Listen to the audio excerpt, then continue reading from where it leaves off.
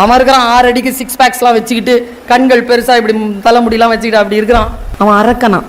காளி அப்படின்னா மேல அந்த காளி தும்முன்னு வந்து குதிச்சா. அவ என்ன அழகு, சூப்பரா இருக்கிறா காளி. ஆனா கொஞ்சம் கருப்பு நேரம் பூசிருக்கு.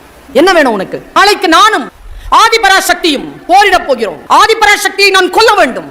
எனக்கு உபாயம் தா, ஆயுதம் தா. அவசனம் போடா, ஆதிபராசக்தியை கொல்ல முடியாது, என்கிட்ட ஆயுதம்லாம் கிடையாதுன்னு மறைஞ்சிட்டான். உடனே கையை வெட்டி போடுறான்.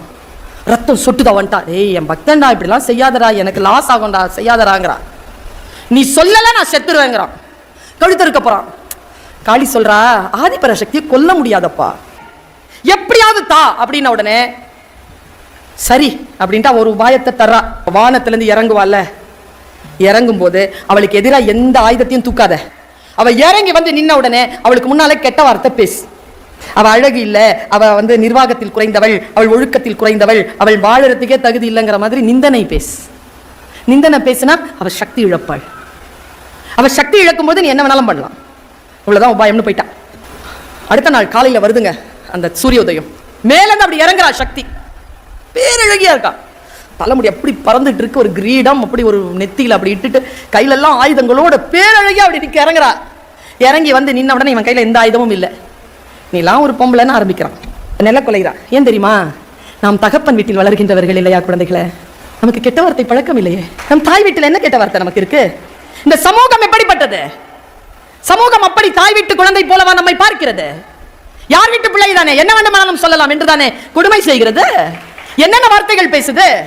நம்ம திருப்பி உன் தங்கச்சியா இருந்தா நீ இப்படி பேசுவியா, நீ உங்க அம்மாவா இருந்தா இப்படி பேசுவியா, என்னன்னு தானே பேசுற, நான் வேற யார் வீட்டு பொண்ணா தானே துடிக்கிறோமா இல்லையா? ஆதிபராசக்திக்கு முன்னால் துர்கா மாசுர் அவ்வளவு வார்த்தைகளை பேசும்பொழுது அவ அப்படியே அவளுக்கு அதெல்லாம் பழக்கமே இல்லைங்க. அவ மந்திரங்களை கேட்டு பயிற்சி பெற்ற சாமி. அவளுடைய ஆளுமையை குறைச்சி பேச பேச இத்தினூண்டு ஆயிட்டாங்க. இத்தினூண்டு பொண்ணாயிட்டா. ஒண்ணுமே இல்லை, ஆயுதங்கள் எதுவும் இல்லை, குழந்தை மாதிரி ஆயிட்டு இப்படியே நிக்கிறாளா.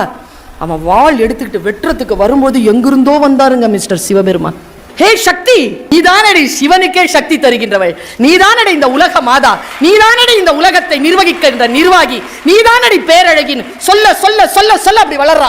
கொன்னுட்டா துர்கா மாசுர. அன்றிலிருந்து அவள் துர்கை என்று அழைக்கப்படுகிறாள். நான் இதையும் உங்ககிட்ட சொல்றேன் தெரியுமா? உலகத்துல நிறைய பேர் துர்கா மாசுரர்களாக சுற்றி கொண்டிருக்கிறார்கள்.